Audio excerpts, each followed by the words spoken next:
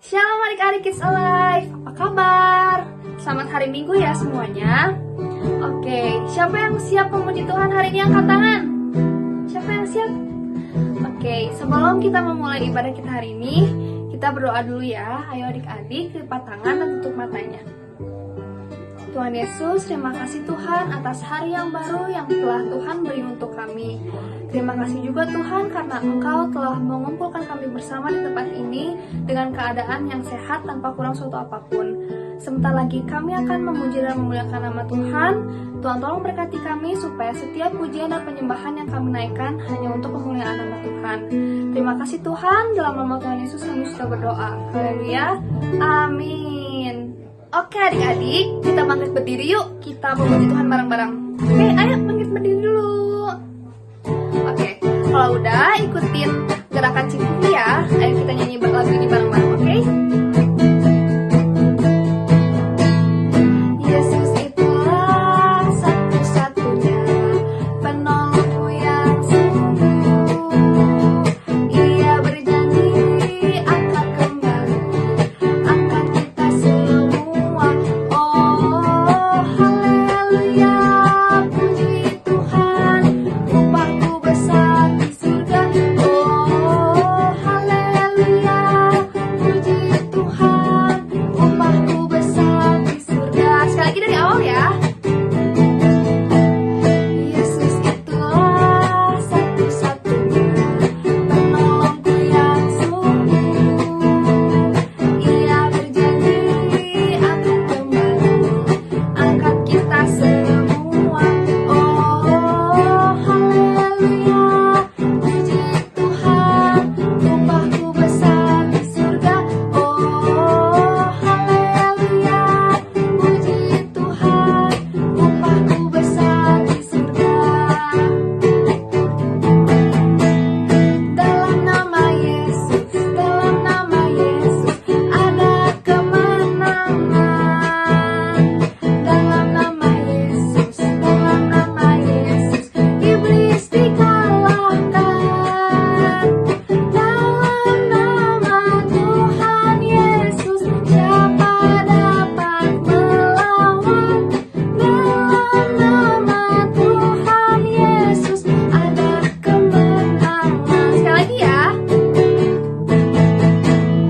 Dalam nama Yesus ada kemenangan. Dalam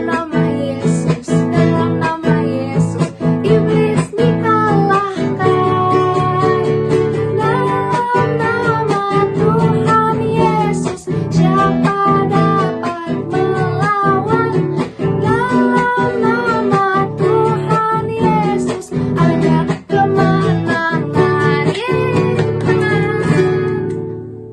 Oke adik-adik, sebelum kita mendengarkan sharing firman Tuhan, kita nyanyiin satu lagu bareng-bareng dengan sungguh-sungguh ya adik-adik.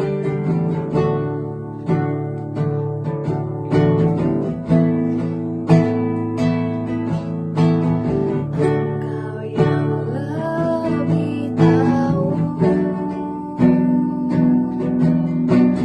cara untuk membuka jalanku. Engkau yang lebih mengerti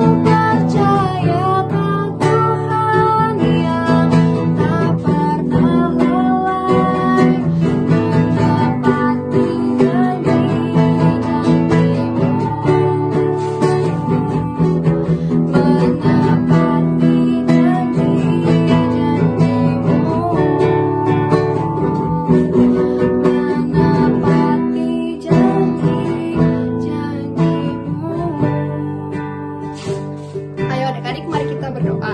Lipat tangannya, tutup matanya. Tuhan Yesus, terima kasih Tuhan. Tuhan telah memberkati kami. Tuhan tolong kami Tuhan, supaya kami setiap apapun yang pujian dan penyembahan yang kami naikkan hanya untuk memuliakan nama Tuhan. Tuhan Yesus, sebentar lagi kami akan mendengarkan firman Tuhan. Tuhan tolong berkati guru sekolah minggu yang akan menyampaikan firman Tuhan. Berkati lidah dan bibir hamba-Mu Tuhan saat menyampaikan firman-Mu. Tuhan juga tolong berkati anak-anak Kids Alive supaya mereka bisa duduk diam mendengarkan firman Tuhan. Terima kasih Tuhan, ke dalam nama-Mu kami berdoa. Haleluya. Amin.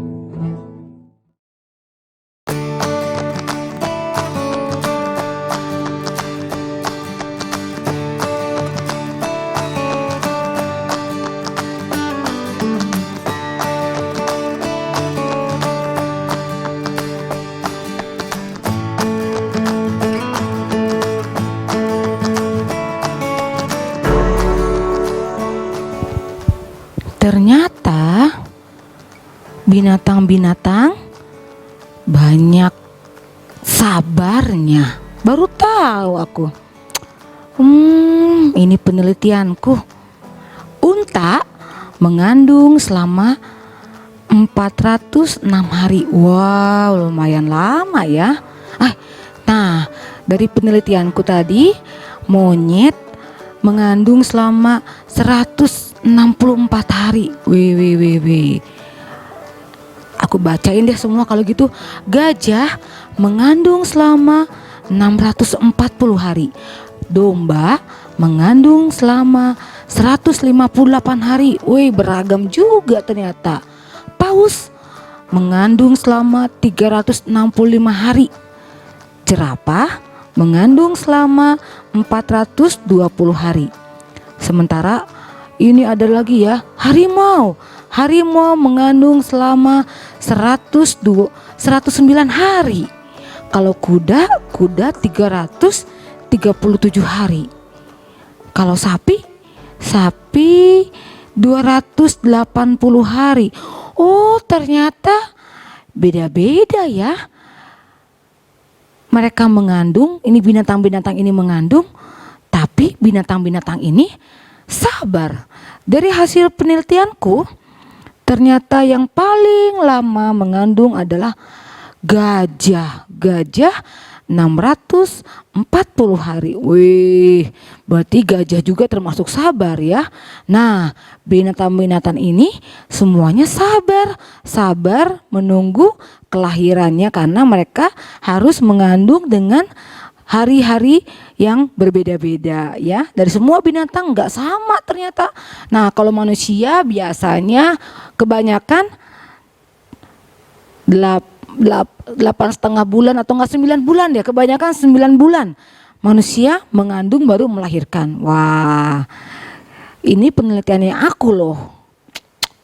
Oke deh, kita mau simak lagi apa ya tentang kesabaran yang manusia punya. Ini kesabaran hewan. Kalau kesabaran manusia seperti apa ya? Kita simak ya. Shalom adik-adik, selamat pagi. Ya, tadi adik-adik semuanya sudah simak ya. Seorang penelitian. Waduh. Tadi meneliti apa? Meneliti jumlah berapa banyak ya hewan-hewan ini yang mengandung. Ternyata beragam ya adik-adik. Beragam, ada yang tadi berapa? Ada yang 140, 164, ada yang 400 lebih, ada yang 300 hari lebih, ada yang 600 hari lebih gitu ya. Nah, binatang-binatang aja bisa sabar ya adik-adik. Binatang, ternyata manusia pasti dong bisa lebih sabar harusnya ya. Ya, kita mau belajar hari ini adik-adik, kita mau belajar tentang bersabar menanti janji Tuhan. Ya, sebelum kita mendengarkan kebenaran firman Tuhan, Kak Sharon mau mengajak adik-adik untuk berdoa. Bapak yang baik, kami bersyukur Tuhan buat hari ini. Kami akan mendengarkan kebenaran dari firman Tuhan.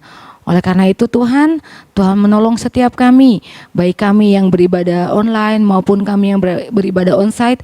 Tuhan tolong setiap kami agar kami mengerti apa yang akan disampaikan. Kami mau belajar tentang kebenaran firman Tuhan, apa itu arti bersabar. Oleh karena itu, berkati Kak Seren yang akan menyampaikan kebenaran firman Tuhan.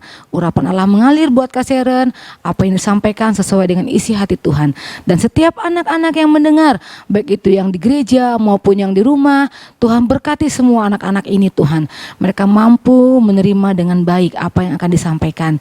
Di dalam nama Yesus, kami siap mendengarkan kebenaran firman Tuhan. Haleluya. Amin. Ya.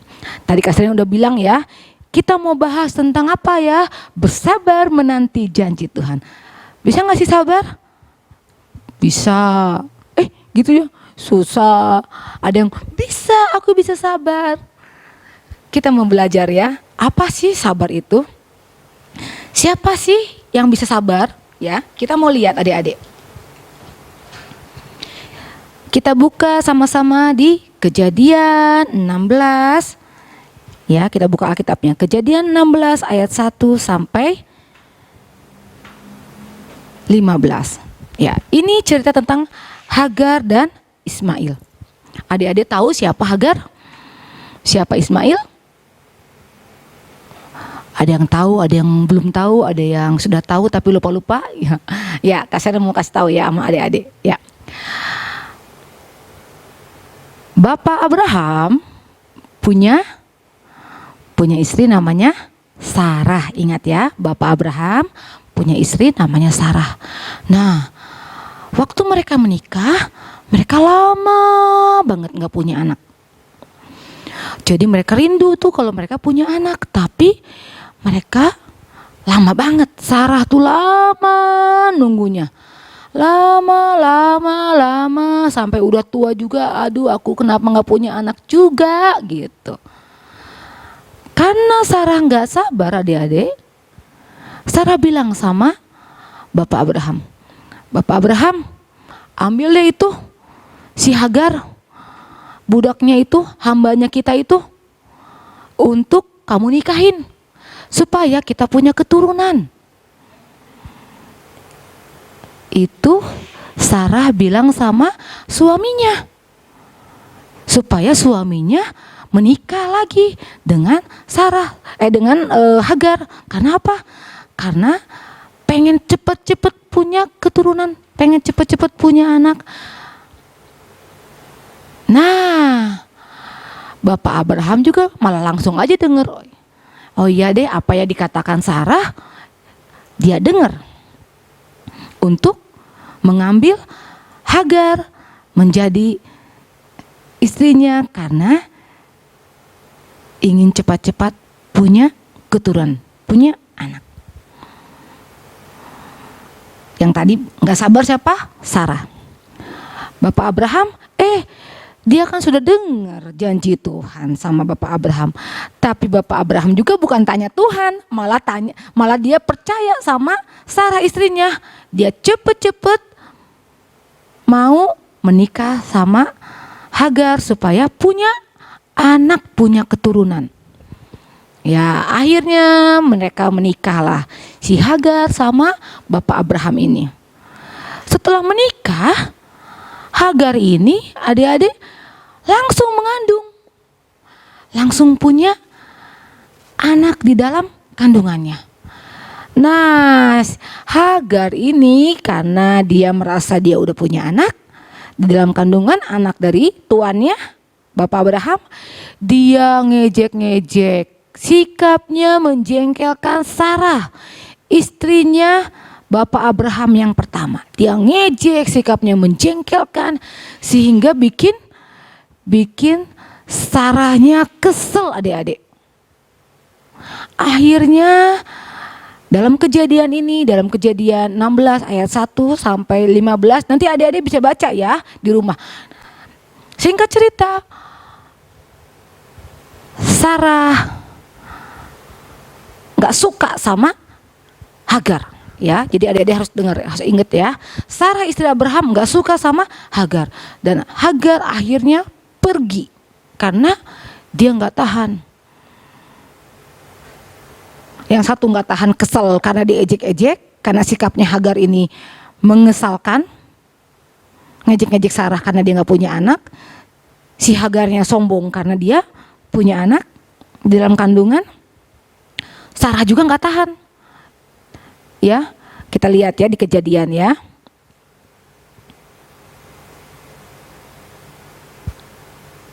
Nih. Kejadian 16 ayat yang 6, yang ke-6 dulu ya, yang kasih mau bahas tadi. Kata Abram kepada Sarai, hambamu itu di bawah kekuasaanmu. Perbuatlah kepadanya apa yang kau pandang baik. Lalu Sarai menindas Hagar sehingga ia lari meninggalkannya. Nah, karena kata Abraham, ya Hagar itu hambamu, Hagar itu budak kamu, jadi kamu bebas, kamu mau ngapain aja bebas, terserah kamu, kata Bapak Abram. Lalu Sarai juga gitu, dia nindas Hagar. Akhirnya Hagarnya nggak kuat, dia lari adik-adik, dia lari gitu. Nah, tetapi saat dia lari, datanglah seorang malaikat yang menyampaikan kepada Hagar untuk Hagar kembali ke sana, kembali lagi ke keluarga, ke Abraham, ke Sarah. Tapi aku ini ditindas. Tapi kata malaikat, kamu harus kembali. Karena anak yang ada di dalam kandunganmu adalah seorang laki-laki. Dan dia akan menjadi bangsa yang besar. Adik-adik perlu tahu ya, Hagar ini adalah seorang orang Mesir, orang keturunan Mesir, ya. Jadi waktu dibilang kayak gitu, bangsa yang besar itu, ingat ya adik-adik, keturunan dari Bapak Abraham dan Hagar yang orang Mesir. Lalu kalau kamu sudah melahirkan, kasih nama anak itu Ismail, kata malaikat. Akhirnya Hagar mendengar apa kata malaikat. Dia kembali ke sana. Ya. Di ayat, kita mau lihat lagi ya, di ayat yang Kejadian 16 ayat yang ke-12. Seorang laki-laki yang lakunya seperti keledai liar. Demikianlah nanti anak itu, tangannya akan melawan tiap-tiap orang, dan tangannya tiap-tiap orang akan melawan kepada dia. Dan di tempat kediamannya ia akan menentang semua saudara-saudaranya. Kemudian Hagar menamakan Tuhan yang telah berfirman kepadanya itu dengan sebutan Engkaulah El Roy. Sebab katanya, bukanlah di sini kulihat dia yang telah melihat aku. Sebab itu sumur tadi disebut orang sumur Laharoy, letaknya antara Kades dan Bareit. Lalu Hagar melahirkan seorang anak laki-laki bagi Abram. Dan Abram menamai anak laki-laki yang dilahirkan Hagar itu ialah Ismail. Seperti kata malaikat tadi, ya. Nama anak laki-laki yang dilahirkan oleh Hagar adalah Ismail. Jadi Sarah belum punya anak, tetapi Hagar lebih dulu punya anak. Dia sabar, saat dia mengandung dia kembali lagi, kata malaikat suruh kembali karena akan lahir anak laki-laki namanya Ismail dan menjadi bangsa yang besar. Iya, perlu adik-adik tahu ya, waktu Hagar melahirkan Ismail, ternyata Bapak Abraham itu udah gak muda lagi loh umurnya. Umurnya 80 tahun waktu Ismail lahir. Lalu gimana tuh nasibnya Sarah? Kasian ya Sarah. Hagarnya pasti disayang deh sama Bapak Abraham. Sarahnya karena gak punya anak, gimana ya?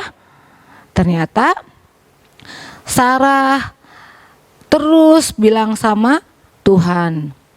Gimana dia terus ngeluh sama, bukan ngeluh ya, mengadu sama Tuhan. Dan Tuhan juga bukan Tuhan yang diam adik-adik. Tuhan juga memperhatikan Sarah.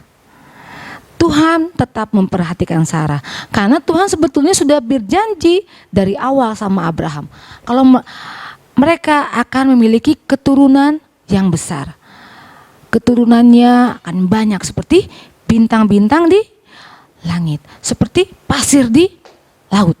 Jadi banyak banget keturunannya, tapi karena ketidaksabarannya Sarah nyuruh Hagar.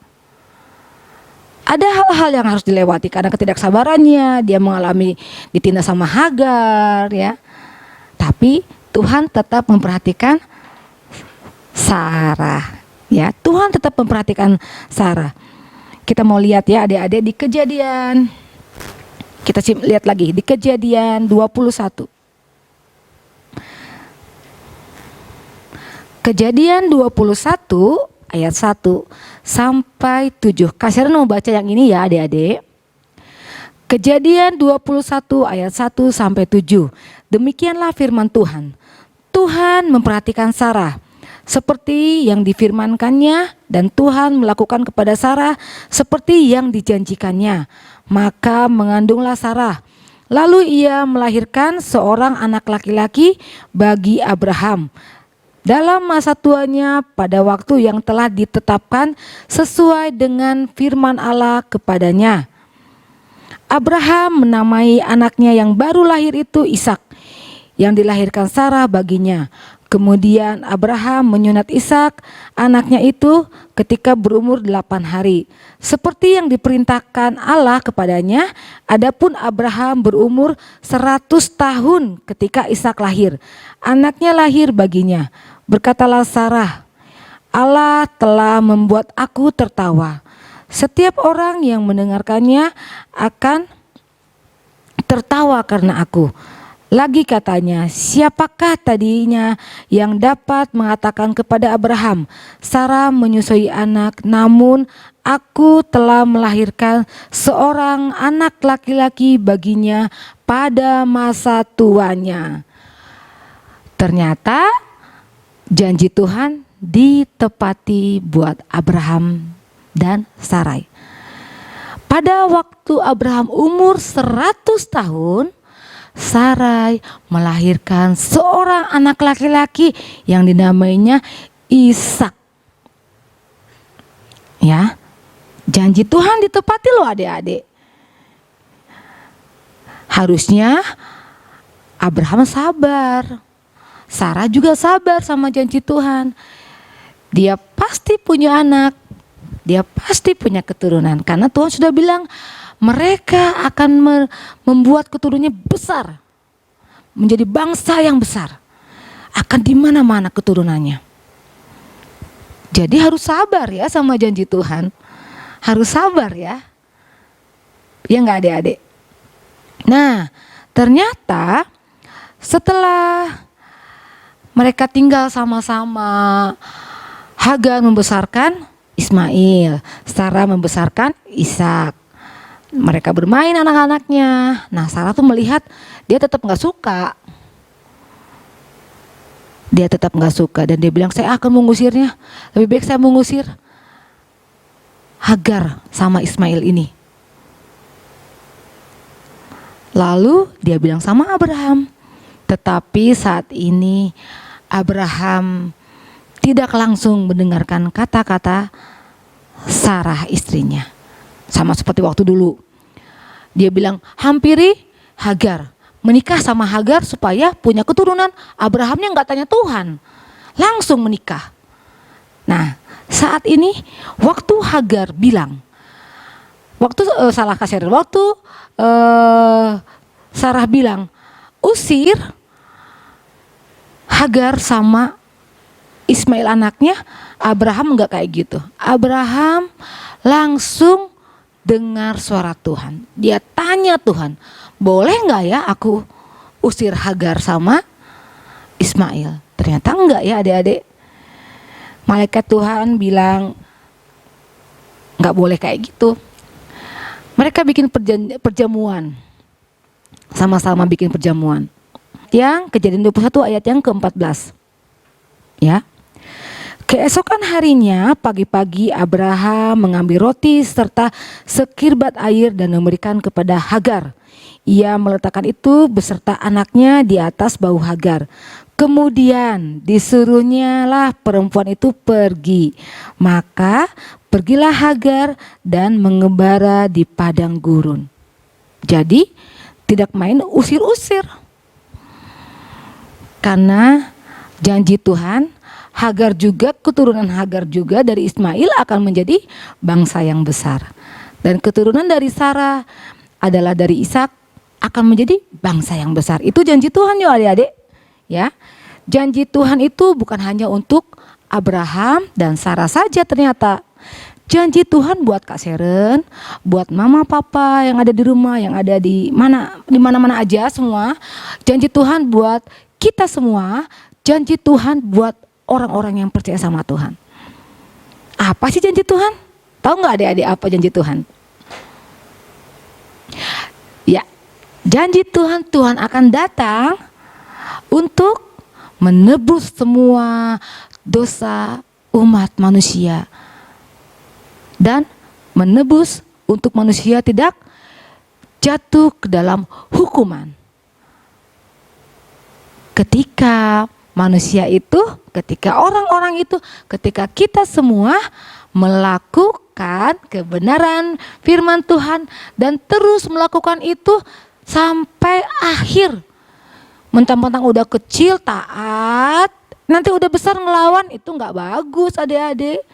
Ya, jadi kita harus terus percaya sama Tuhan, lakukan hal yang baik, lakukan hal yang benar sesuai dengan firman Tuhan. Sampai kapan Kak Seren? Seumur hidup kita sampai Tuhan datang. Siapa yang mau sabar sama janjinya Tuhan? Aku mau sabar.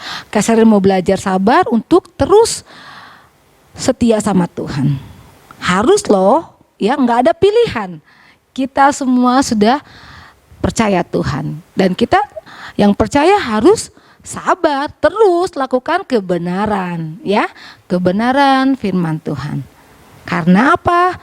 Karena kita adalah orang-orang yang beriman. Jadi orang-orang yang percaya Tuhan, orang-orang yang beriman kepada Tuhan Yesus, dia pasti bersabar, belajar sabar. Wah, adik-adik kita mau sama-sama ya belajar sabar ya. Seperti tadi Kak Seren bilang judulnya apa? Bersabar menanti janjinya Tuhan. Dan kita juga belajar sabar ya. Kita harus sabar. Sabar menantikan janjinya Tuhan. Ya, ingat, tetap hidup dalam kebenaran firman Tuhan seumur hidup kita. Ya, adik-adik, kita mau baca lagi nih, satu ayat hafalan. Ayat hafalannya di 2 Petrus 3 ayat 9a. Ya, Tuhan tidak lalai menepati janjinya. 2 Petrus 3 ayat 9a. Tuhan tidak lalai menepati janjinya. Amin. Ya, demikian firman Tuhan dari Kak Seren.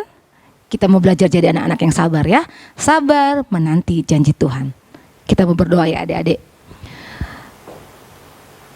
Terima kasih Tuhan untuk firman Tuhan.